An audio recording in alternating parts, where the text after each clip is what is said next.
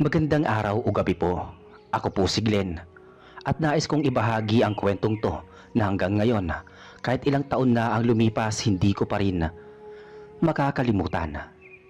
Taong 1980 nang mangyari to. Panahong simple pa ang buhay. Wala pang cellphone at halos radyo lang ang libangan ng mga tao tuwing gabi. Nagsimula lahat nang magbakasyon kami ng tatlo kong kaibigan, sina Miko, Dante at Gabriel, sa probinsya ni Miko. Sa may bahagi ng Quezon, isang liblib na baryo na napapaligiran ng bundok, ilog at makapal na gubat. Wala pa ron masyadong kuryente noon. Petromax lang at gasera ang gamit sa gabi. "Sigurado ka ba dyan sa plano mo, Miko?" tanong ni Dante habang binabaybay namin ang mahabang daan papasok sa baryo. "Oo naman. Tahimik doon. Pwede tayong magpahinga, uminom at magpalamig sa ilog. Saka may piyesta din sa kabilang baryo. Baka makikain tayo." Si Gabriel tahimik lang, nakatingin sa bintana. "Ang dami palang puno dito, parang gubat." "Totoo. Parang walang bahay, puro kakahuyan. Baka dito nagtatago yung mga aswang na sinasabi sa radyo eh," sabi ko naman. Napangisi si Miko. "Hindi aswang ang sikat dito, Glenn. San Telmo daw. Asul pa nga ang kulay eh." Nagkatinginan kaming tatlo. "Mutya ng asul na San Telmo?" tanong ni Dante, parang nakaramdam ng kilabot. Oo.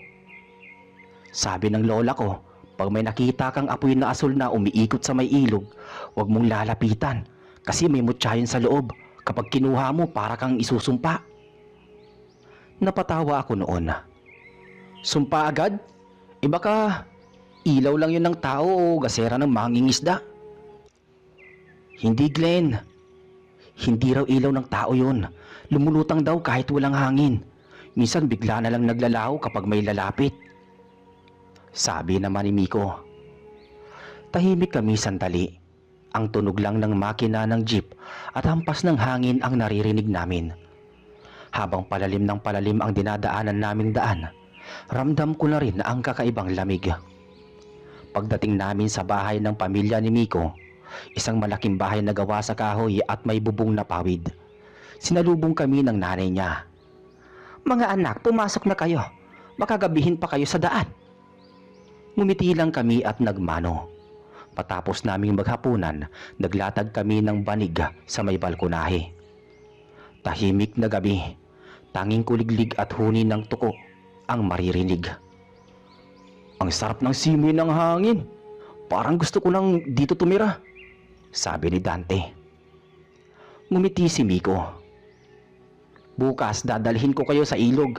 Doon raw madalas makita yung asul na San Telmo." Napatawa si Gabriela. Sige, gusto kong makita yan. Titigan natin kung totoo talaga."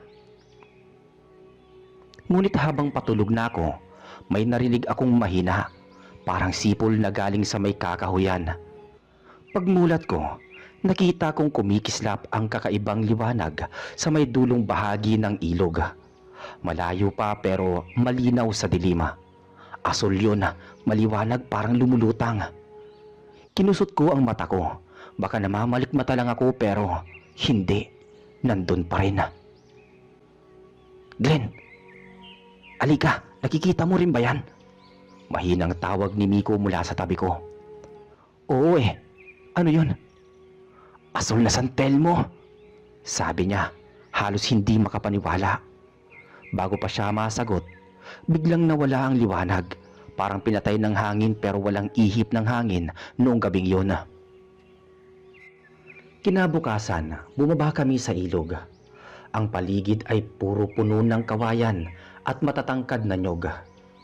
Ang tubig ay malinaw at sa ilalim ay may mga batong makikintab na tila kumikislap kapag tinatamaan ng araw. Habang naliligo kami, biglang nagsalita si Dante. "Alam nyo, baka may mutya talaga dito. Tignan nyo yung mga bato. Parang may asul na kislap," sabi niya.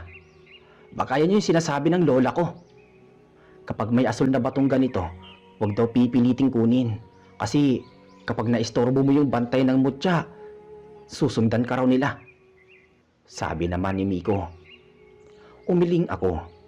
Hindi ako naniniwala sa ganyan, Miko. Hangin lang yung nakita natin kagabi. Ngunit napansin kong tahimik si Gabriel. Nakaluhod siya sa tubig. May hawak na maliit na bato. Oy Gabriel, ano yan? Tawag ko. Pinahid niya ng kamay ang bato at laking gulat namin nang kumislap iyon sa araw. Kulay asul na malinaw, parang kristal. Teka, baka yan na yung sinasabi ni Miko. Sabi ni Dante. Ibalik mo na lang yan. Dagdag pa niya. Pero ngumiti si Gabriela. Kung totoo ngang mutya to, baka swertihin ako. Sabi naman ni Gabriel. Gabriel, huwag mong biruin yan. May mga nawala rito noon dahil sa mutyang yan. Hindi siya nakinig kay Miko. Nilagay niya sa bulsa ang bato.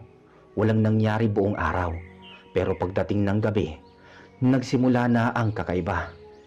Habang kumakain kami ng hapunan, biglang napundi ang gasera. Ilang segundo pa lang ang lumipas. Bumalik ang liwanag pero may narinig kaming mahina. Parang naglalakad sa labas. May tao sa labas? Tanong ni Miko. Tumayo si Dante at sumilip sa bintana. Wala, pero parang may kumikislap doon sa may puno. Mautal-utal niyang sabi. Lahat kami sabay-sabay lumapit. Sa labas ng bahay, may nakita kaming asul na liwanag. Paikot-ikot parang may buhay. At sa di kalayuan, parang may anino ng isang babae. Mahaba ang buhok, nakaputi at nakatayo sa tabi ng ilog. Nanigas kami sa kinatatayuan namin. Gabriel, nasa bulsa mo ba yung bato? Bulong ko. Tumango siya at nanginginig. Oo, bakit? Ngumiti si Miko ng pilit. Ibalik mo na yan bukas. Baka mamaya, baka yan ang hinahanap ng santel mo. Hindi ako kagad nakatulog ng gabing yun. Paulit-ulit sa isip ko yung nakita naming liwanag at yung aninong babae sa may ilog. Tahimik lang ang buong paligid pero sa tuwing pipikit ako, para bang nakikita ko ulit yung kulay asul na apoy na umiikot sa dilim. Bandang hating gabi may narinig akong kaluskos sa labas. Dahan-dahan akong bumangon. Si Miko at Dante mahimbing pa ang tulog pero si Gabriel wala sa banig niya. Gabriel! Mahinang tawag ko, walang sumagot. Lumabas ako sa balkonahe at doon ko siya nakita nakatayo sa ilalim ng buwan, nakatingin sa direksyon ng ilog. Hawak niya sa kamay yung mutya, kumikislap pa rin, kulay asul, parang may liwanag na buhay. Gabriel! Sigaw ko, pero hindi siya lumingon. Lumapit ako ng marahan. Paglapit ko sa kanya, ramdam kong malamig ang paligid. Parang amoy na kakaiba, halong asopre at bulok na dahon. Pagtingin ko sa mukha ni Gabriel, maputla siya at parang wala sa kanyang sarili. Ano ginagawa mo rito? Tanong ko, halos pabulong. Ang ganda niya, Glenn. Sabi niya. Hindi ako tinitignan. Yung babae, tinatawag niya ako. Dagdag pa niya. Kinilabutan ako. Anong babae? Tumingin siya sa ilog. Yung nasa tubig. Sabi niya, ibalik ko raw sa kanya yung mutya pero parang ayaw ko. Gabriel, tama na yan. Pumasok na tayo. Sabi ko. Ngunit bago ko siya mahila, biglang umihip ang hangin. Malakas, parang bagyo. Sumabay dito ang pagliwanag ng paligid. Sa mismong ibabaw ng ilog, may lumitaw na asul na apoy. Paikot-ikot sa gitna noon, isang hugis na babae. Mahaba ang buhok, kumikislap ang balat, pero ang mga mata puro itim. Hindi siya tao. Napatras ako. Si Gabriel nakatitig lang, parang nawala sa wisyo. Siya yun, Glenn. Yung mutya. Bulong niya. Gabriel, tumakbo ka na! Sigaw ko. Pero huli na. Biglang umapoy ang paligid ng ilog. Hindi pula kundi asul. At tumalon si Gabriel sa tubig na parang sinaniban. "Gabriel!" Sigaw ko, pero hindi ko na siya naabutan. Nakita kong hinawakan siya ng babae sa ilalim at parehong lumubog sa gitna ng ilog.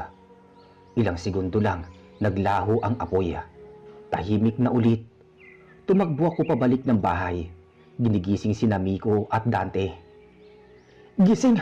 Si Gabriel kinuha ng Santel mo! Pati yung gabay nito!" Nagulat sila. "Ano? Anong ibig mong sabihin?" Tanong ni Miko sabay tayo. Dali-dali kaming bumaba, pero pagdating namin sa ilog, wala na si Gabriel. Wala ring bakas ng apoy, tanging kalmadong tubig lang ang naiwan. Parang walang nangyari. Kinabukasan, naghanap kami. Tumawag pa si Miko ng mga taga-baryo para tumulong sa amin. May mga mangingisdang sumisid sa ilog pero walang katawan. Ang sabi ng matandang nanay ni Miko, "Pag kinuha ng Santel mo, hindi na pinabalik." Tahimik kaming tatlo. Si Dante nagalit. "Dapat hindi na tayo pumunta rito kung hindi niya pinulot yung bato." Ngunit bago pa niya tapusin ang sinasabi, biglang lumabas ang isang matandang babae sa may tabi ng daan. Tinutukan niya kami ng tingin. "May dalang sumpa ang mutya. Hindi basta nawawala ang ninanakaw sa kanya." "Lola, ano pong ibig niyong sabihin?" Tanong ni Miko. "Yung asul na Santel mo, hindi lang apoy yon. Isa siyang diwata ng ilog. Noon pa may lalaking kumukuha ng mutya niya. Ginantihan niya at sinaniban hanggang sa lamunin ng apoy. Ang ginawa ng babae, ginawang tagapangalaga ng ilog ang kaluluwa ng lalaki." Napatigil kami. "Ibig niyong sabihin, si Gabriel?" Tumango ang matanda. "Isa na siya sa mga bantay ngayon." Hindi kami nakapagsalita. Parang sumikip ang dibdib ko sa narinig. Lumipas ang 2 araw, hindi pa rin kami umaalis sa baryo. Si Miko ayaw umuwi nang hindi nakikita si Gabriel. Pero ramdam naming lahat na wala na talaga siya. Isang gabi habang umuulan, nagising ako sa kaluskos sa labas ng bintana. Paglingon ko, may kumikislap na asul sa dilim. Dahan-dahan akong lumapit at sa labas ng bintana, nakita ko si Gabriela. Basang-basa siya, maputla pero nakangiti. "Glenn, hindi ako masama. Nandito lang ako." "Gabriel, paanong..." Halos mabitawan ko ang gasera. Ngunit bago pa siya malapitan, lumabo ang imahe niya at sa halip na katawan, naging asul na apoy na lang siya. Umikot sa harap ko tapos biglang tumagos sa dingding at nawala. Sumigaw ako. Nagising si Miko at Dante at nakita nila akong nanginginig. "Anong nangyari?" Si Gabriel, nandun sa labas pero apoy siya. Kulay asul." Walang nagsalita. Ang ulan lang ang maririnig. Kinabukasan, pinuntahan namin yung ilog. Sa gitna may lumitaw na maliit na asul na kislap sa ilalim ng tubig. Parang may mata na nakamasid sa amin. "Hindi tayo ligtas dito. Kailangan natin umalis," sabi ni Dante. Pero si Miko ayaw umalis. "Hindi ko iiwan si Gabriel." "Miko, wala na siya. Baka kung bumalik pa tayo dito, tayo naman ang kunin," sabi ko naman. Tahimik siya. Nang dumilim, muli siyang pumunta sa ilog ng palihim. Sinundan ko siya mula sa malayo. Paglapit niya sa tubig, nagsimula na namang sumiklab ang asul na liwanag. Narinig kong bumulong siya. "Gabriel, kung nandyan ka, pakita ka." At doon ko nakita unti-unting lumitaw ang apoy, tapos ang mukha ni Gabriela. Nakangiti pero walang mata. "Umalis na kayo. Hindi niya kayo patatahimikin," sabi ni Gabriela. "Anong ibig mo sabihin?" Sabi ni Miko. "Ang mutya kailangang ibalik, pero kapag ginawa niyo yon, may kapalit." Bigla siyang nilamon ng apoy at sumabog ang liwanag. Naramdaman kong may mainit na hangin na dumampi sa mukha ko at pagkatapos wala na ulit. Nang bumalik kami sa bahay, parehong tahimik kaming tatlo. Walang gustong magsalita. Kinabukasan, kinausap kami ng matanda ulit. "May natira pa bang mutya sa inyo?" tanong niya. Tumango si Miko. Dahan-dahan niyang inilabas ang maliit na asul na bato na nakuha ni Gabriela. "Yan ang dahilan. Dalhin niyo yan mamayang gabi sa gitna ng ilog. Pero mag-iingat kayo. Kapag humiling ang diwata ng kabayaran, huwag kayong papayag." Sumapit ang gabi, puno ng takot ang dibdib ko. Dala namin ang mutya at naglakad kami papunta sa ilog. Tahimik, maliban sa huni ng kuliglig at hampas ng alon sa bato. Pagdating namin sa gitna ng tulay, nilagay ni Miko sa palad ang mutya. "Patawarin niyo kami. Isinusoli na namin to." Biglang nagliwanag ang paligid. Asul, kumikintab, at sa gitna ng tubig, lumitaw ulit ang babaeng apoy. Nakatingin siya sa amin, walang emosyon. "Bakit niyo kinuha?" Tinig na parang galing sa ilalim ng lupa. "Hindi namin sinasadya. Patawarin niyo kami," sagot ni Miko. Tahimik ito. Pagkatapos nagsalita ulit ang tinig. "May isa sa inyo ang dapat manatili." "Anong ibig mo sabihin?" tanong ko halos mapasigaw. "Para makabalik ang isa, kailangan ng kapalit," sabi ng diwata. Sumigaw si Dante. Hindi kami papayag." Ngunit biglang hinampas ng malakas na hangin ang paligid. Ang mutya lumipad mula sa kamay ni Miko at lumubog sa tubig. Kasabay nito bumuka ang lupa sa gilid ng ilog at may asul na apoy na sumabog paakyat. Narinig ko si Miko na sumisigaw, "Tumakbo na kayo!" Ngunit hindi ko siya naabutan. Sa isang iglap, nalunod siya sa gitna ng liwanag. Pagmulat ko, ako na lang at si Dante ang natira sa pampang. Tahimik na ulit ang ilog pero sa ilalim, may kumikislap na dalawang mutya. Umiikot parang may bagong bantay. Si Dante nakaupo sa tabi ko, nanginginig, namumutla. "Glenn, si Miko kinuha na rin nila," mahina niyang sabi. Hindi ako nakasagot. Parang naputol ang hininga ko. Umuwi kami sa bahay nang walang imikan. Pagdating doon, sinalubong kami ng ina ni Miko, umiiyak. "Nasaan ang anak ko?" Hindi ko masabi ang totoo. Paano ko ipapaliwanag na nilamon siya ng asul na apoy sa gitna ng ilog? "Nawala po siya sa may ilog. Sinubukan namin hanapin pero..." Hindi niya natapos ang pangungusap. Lumipas ang ilang oras, nagsidatingan ang mga taga-baryo. May ilan daw na nakakita ng asul na liwanag kagabi. Malakas, parang may sumabog sa langit. Tapos biglang nawala. Sabi ng mga matatanda, isa na namang kaluluwa ang kinuha ng mutya. Kinabukasan, nagpasya si Dante na umalis na kami. "Ayoko na rito, Glenn. Dinala natin tong sumpa. Kahit saan tayo pumunta, baka sundan tayo ng asul na San Telmo." Pero ako hindi makaalis. Parang may humihila sa akin pabalik sa ilog. Tuwing gabi naririnig ko pa rin yung tinig ni Miko. Mahinang bulong mula sa labas. Nagsasabing, tulungan ko raw sila. Hanggang isang gabi, bumalik ako mag-isa sa ilog. Dalawang mutya ang kumikislap sa ilalim ng tubig. Niluhuran ko yun at halos maramdaman ko ang init kahit malamig ang hangin. "Kung nandyan kayo, Gabriel, Miko, patawarin niyo ako. Sinuli na namin ang mutya. Ayoko nang may mamatay," sabi ko. Biglang nagliyab ang tubig at lumitaw ang diwata. Hindi siya galit ngayong gabi. Tahimik lang, nakalutang sa ibabaw ng tubig. Nakatingin sa akin. "Hindi mo sila kayang bawiin. Pinili nila ang kapalit." "Anong ibig mo sabihin?" "Ang kaluluwa ng kumuha ng mutya ay nakatali sa ilog. Isa pa, ang nagbigay ng bato ay kailangang manatili." Nanlaki ang mata ko. Ako? Hindi akong kumuha, si Gabriel yun." "Ngunit ikaw ang unang nakakita. Ikaw ang tinawag ng apoy noon. Sagot ng diwata.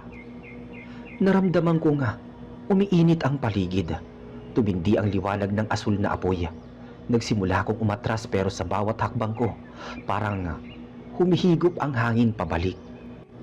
Hindi ako kasali dito! Sigaw ko. Ngumiti ang diwata at biglang lumapit. Lahat ng nakakita ng mutya, may bahagi na ng sumpa.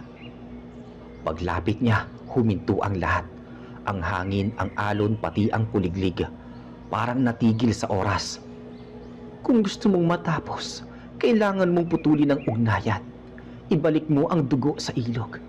Sabi niya. Hindi ko kaagad naintindihan pero nang tignan ko ang paligid, nakita ko yung maliit na kutsilyo na naiwan ng mga mangingisda sa pampang. Dugo? Bulong ko. Isang patak lang para maputol ang sumpa. Sabi ng diwata. Kinuha ko ang kutsilyo at ginuhit ang palad ko. Dumaloy ang dugo, tumulo sa tubig. Sa bawat patak naglalaho ang asul na liwanag. Ang diwata dahan-dahang lumubog hanggang sa tuluyang maglaho. Nang huminto ang apoy, huminga ko ng malalim. Parang gumaan ang paligid. Ngunit pagtingin ko sa tubig, may dalawang mukha akong nakita sa ilalim. Sina Miko at Gabriela. Nakangiti pero unti-unting naglaho. Kinabukasan nagpaalam na ako sa nanay ni Miko. Pasensya na po, wala akong nagawa, sabi ko. Umiti siya kahit namumugto ang mata. Makaganyan talaga ang kapalaran ng anak ko, Glenn. Ang mahalaga, na ibalik niyo ang mutya. Lumakad ako palabas ng baryo, dala ang mabigat na pakiramdam. Habang binabagtas ko ang daan palabas, napansin kong sa tuwing matitignan ko ang ilog mula sa malayo, may maliit na asul na kislap pa ring lumalabas sa tubig. Mahina pero buhay. Hindi ko na alam kung imahinasyon ko lang ba o paalala ng mga nawala. Pero sa tuwing kasapit ang gabi, lalo na kapag umuulan, parang may tinig pa rin akong naririnig mula sa hangin. At sinasabi ng tinig na yun na huwag kong kalimutan ang mutya. Pagbalik ko sa lungsod, ilang linggo akong hindi mapakali. Si Dante biglang nagkasakit. Laging nananaginip na may umaapoy na babae sa tabi ng kama niya. Ako naman, minsan paggising ko sa madaling araw, may marka pa rin sa palad ko. Asul parang paso pero hindi masakit. Makalipas ang ilang taon, binalikan ko ang baryo. Taong 1987 na noon, 7 taon na matapos mangyari ang lahat. Marami nang nagbago, may kuryente na, may mga bagong bahay na yari sa semento. Pero ang paligid pareho pa rin. Tahimik, luntian, at kapag sumasapit ang gabi, madilim pa rin ang daan papunta sa ilog. Bumalik ako hindi para magbakasyon kundi dahil sa isang panaginip. 3 gabi na kasi akong ginigising ng parehong imahe.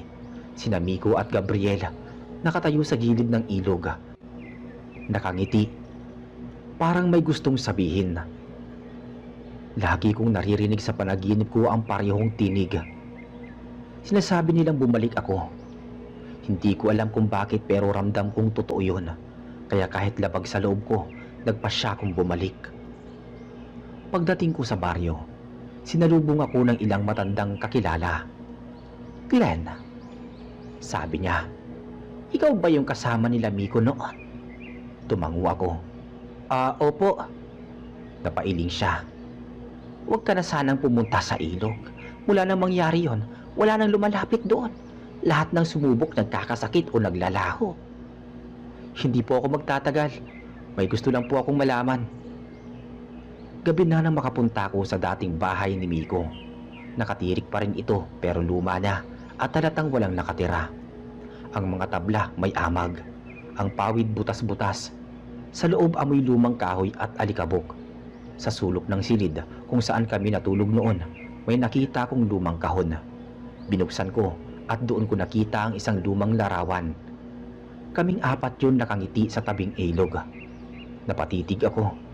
Hindi ko napansin pero sa dulo ng larawan, may maliit na asul na mantsa. Parang sinadyang markahan. Pinunasan ko pero hindi natanggal. Sa halip kumislap yun. Kinabahan ako. Pag-angat ko ng ulo ko, nakita kong bukas na ang pinto ng bahay. Kahit alam kong sinara ko yun kanina. Lumabas ako at sa di kalayuan may liwanag. Asul na kumikislap sa may kakahuyan. Alam kong iyon na yun. Iyon ang dahilan kaya ako bumalik. Habang papalapit ako sa ilog, ramdam ko ang bigat ng hangin. Parang humahaplos sa balat ko ang lamig. Pagdating ko sa pangpang, nakita kong muling buhay ang ilog. Malinaw ang tubig pero sa ilalim may umiikot na dalawang liwanag, parang maliit na bola ng apoy. Dahan-dahan akong lumapit. "Gabriela! Miko!" Tawag ko. Walang sumagot pero biglang may bumubula sa gitna ng ilog. Kasunod ng isang anyo, babaeng nakaputi, mahaba ang buhok, lumulutang sa ibabaw ng tubig. Hindi ako gumalaw. "Bakit ka bumalik?" Tanong niya. Malamig ang boses. Gusto kong maintindihan. Gusto kong malaman kung bakit nangyayari yun sa kanila. At bakit ako hanggang ngayon parang may dala pa ring sumpa. Tahimik ang diwata. Tapos ay tumuro siya sa tubig. "Tignan mo." Lumapit ako sa tubig. At sa tubig parang may eksenang lumitaw. Nakita ko si Gabriela noong gabing hinawakan niya ang mutya. Nakita ko nga may kumapit sa braso niya. At sa sandaling yun, hindi lang siya ang sinaliban, pati ako. Nakatayo malapit sa kanya, tinamaan ng liwanag ng apoy. Doon ko naintindihan. Bakit ako? Bakit pati ako? Ang mutya ay pumipili ng mga nakakita. Isa ka sa mga nakatali rito. Ang sumpa ay hindi lang para sa kumuha, kundi para sa mga nakasaksi. Gusto kong matapos na to. Ano bang kailangan kong gawin? Sabi ko halos mapaiyak.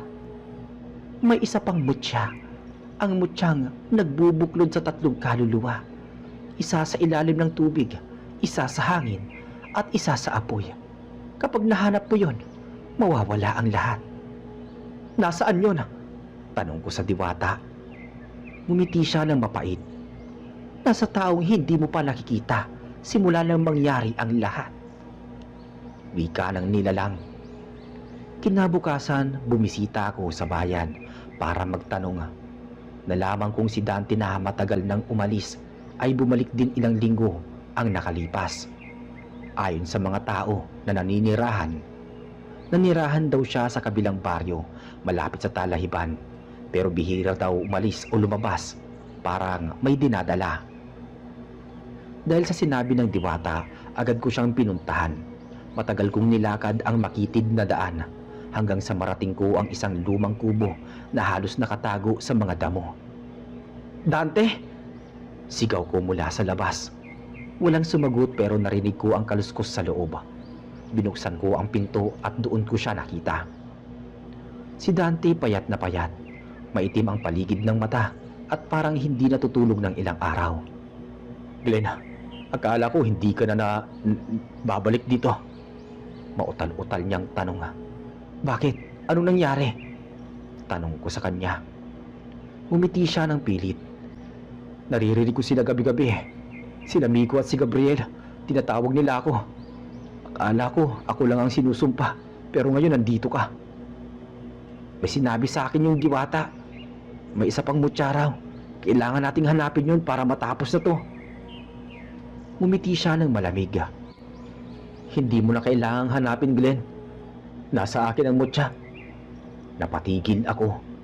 "Anong ibig mo sabihin?" Dahan-dahan niyang iniangat ang kamay niya. Sa palad niya may maliit na bato. Kulay asul pero mas madilim kaysa sa nauna. "Kinuha ko to nung araw na sinubukan nating ibalik yung una. Akala ko kung meron akong mayuwing isa, hindi na tayo masasaktan. Pero mali ako." Lumapit ako. Gusto kong agawin pero bigla siyang umatras. "Wag, Glenn. Kapag hinawakan mo to, baka ikaw naman ang kunin. Tanggalin mo na yan. Isoli na natin." Sabi ko. Umiling siya. "Hindi na pwede. Nakaugat na to sa akin. Tuwing sinusubukan kong itapon, bumabalik sa kamay ko. Parang parte na ng katawan ko. Tumingin ako sa mata niya at doon ko nakita may liwanag na asul sa ilalim ng kanyang balat. Dante, may apoy sa loob mo. Tumulo ang luha niya. Alam ko, at tuwing gabi nararamdaman ko itong umiinit. Parang gusto niyang lumabas. Biglang lumakas ang hangin. Sumabog ang gasera. Sa dilim, unti-unting kumislap ang buong katawan ni Dante. Asul nagliliwanag, parang may sinusunog mula sa loob. Glenn, tumakbo ka na. Hindi ko na kayang pigilan to. Dante! Sigaw ko. Ngunit sa loob ng ilang segundo, lumabas mula sa kanya ang asul na apoy. Umikot sa paligid at sumabog sa bubong ng kubo. Napatras ako. Tinakpan ko ang muka ko at narinig kong humiyaw siya. Pero hindi ko alam kung tao pa ba yun o hindi na.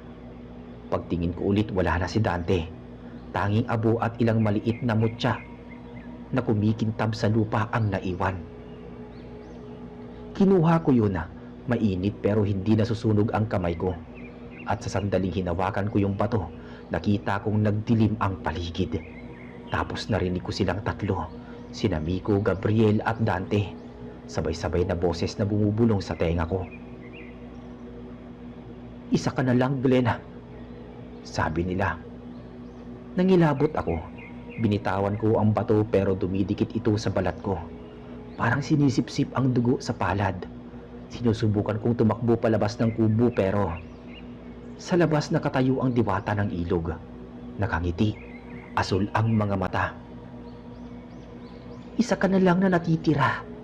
Ikaw ang magbabantay, sabi ng diwata. Hindi, ayoko! Ayoko! Maya-maya, nasunog ang paligid ng palad ko. Pero hindi ako makabitaw. Patawarin niyo kami. Hindi namin ginusto to. Sigaw ko ulit. Ngunit lumapit ang diwata, hinawakan ang ulo ko at sabay pumikit. Sa isang iglap, naramdaman kong parang may humatak sa loob ko. Mainit, mabigat, parang sinusunog ang kaluluwa ko. Ngayon tapos na ang sumpa. Ngunit hindi ka na makakaalis. Pagmulat ko, nasa tabi na ako ng ilog. Tahimik, maliwanag na ang araw. Pero ang kamay ko kumikislap. Sa ilalim ng balat ko may liwanag na asul. Dumadaloy mula sa palad hanggang braso. Tumingin ako sa tubig at nakita ko ang sarili kong refleksyon. Ngunit sa likod ko, may tatlong aninong nakatayo.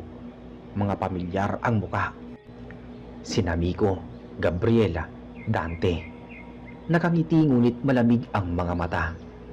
At sa gitna naming apat, sa ilalim ng tubig, may kumikintab na tatlong mutya. Simula nang mangyari yun, hindi na ako umalis sa baryo.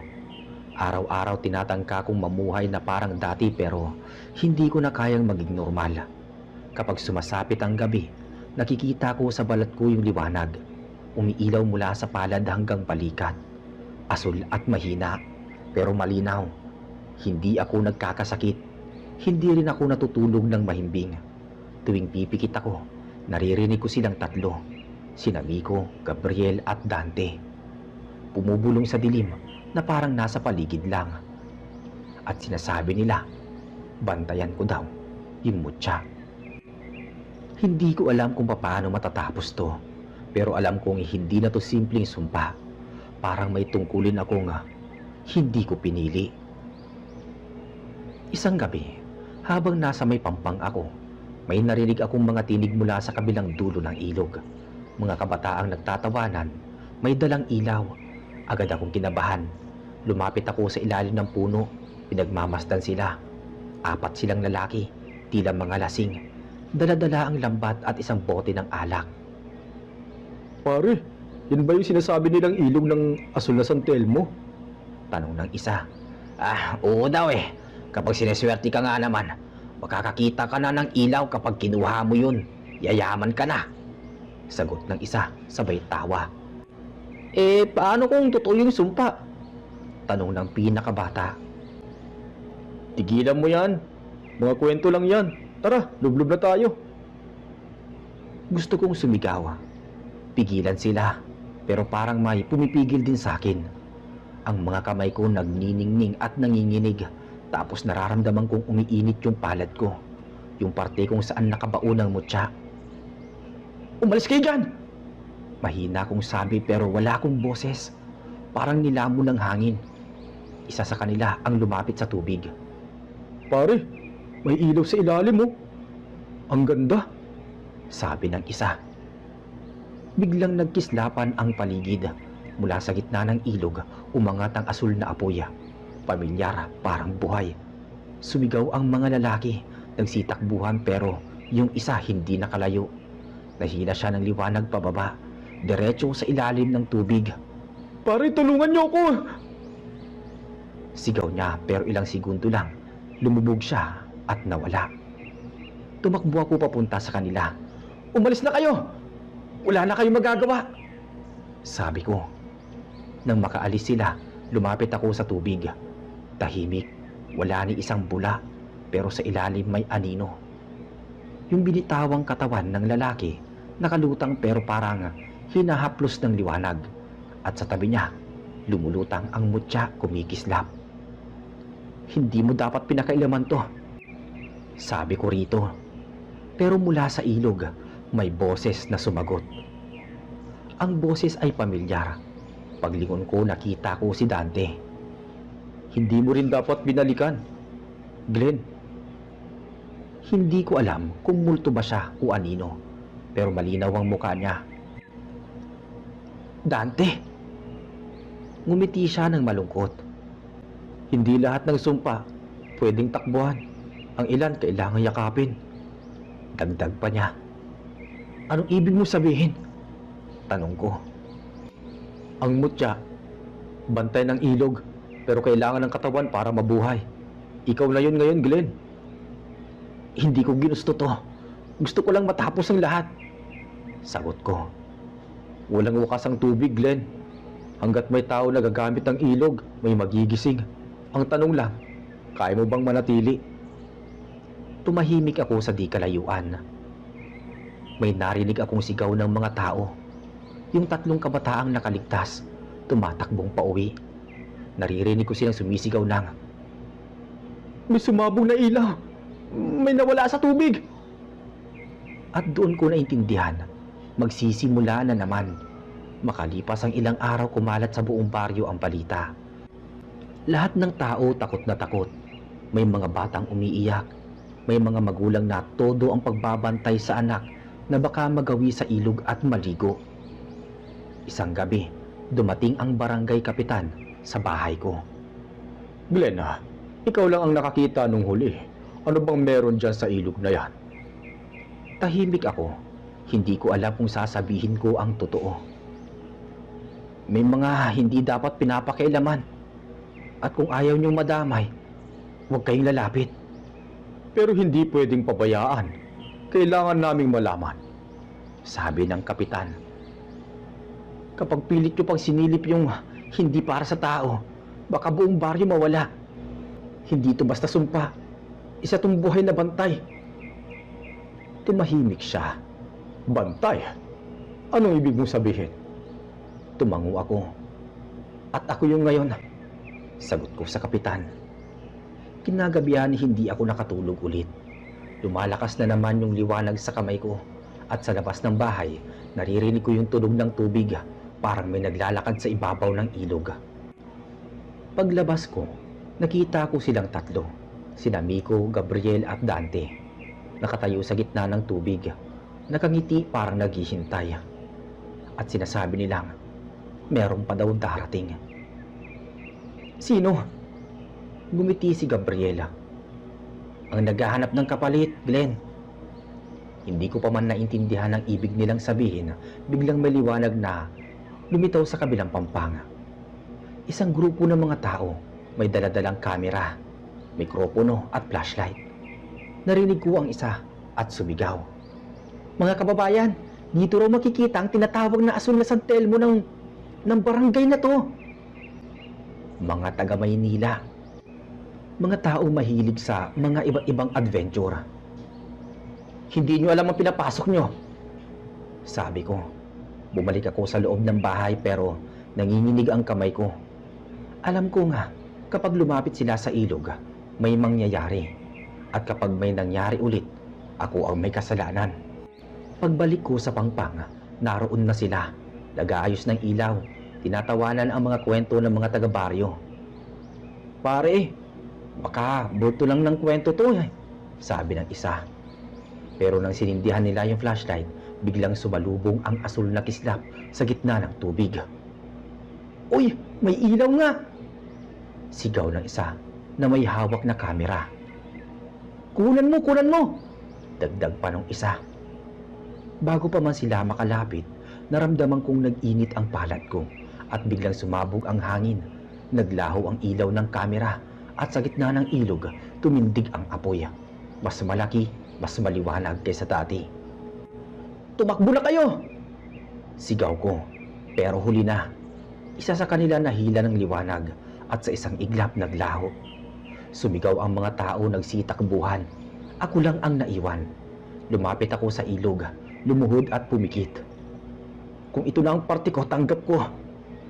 Basta tapusin nyo na. Ngunit may boses na sumagot, yung diwata. Hindi matatapos hanggat may nakakakita. Ikaw ang mata ng mutya ngayon, Glenn. Hanggat ikaw ay nandito, hindi matatapos ang apoy. Simula noon ako na ang tinatawag ng mga tao bilang bantay ng ilog. Wala nang lumalapit pero tuwing gabi, nakikita pa rin ang asul na liwanag sa tubig. Minsan may mga dayong dumarating, mga turista, mga mapanuri, at kapag hindi nakinig, nawawala sila sa gabi. Walang nakakaalam kung nasaan ang katawan nila, pero ako alam ko, nasa ilalim ng tubig. Buhay pa pero walang kaluluwa. At sa tuwing tinitignan ko at tumitingin ako sa tubig, nakikita ko yung mukha nila. Nakangiti pero malamig, kasama sina Miko, Gabriel at Dante. Sa ngayon nananatili pa rin ako dito. Hindi ko alam kung hanggang kailan, pero alam kong habang buhay ako, dito rin ako bantay ng mutya. Bantay ng asula na San Telmo.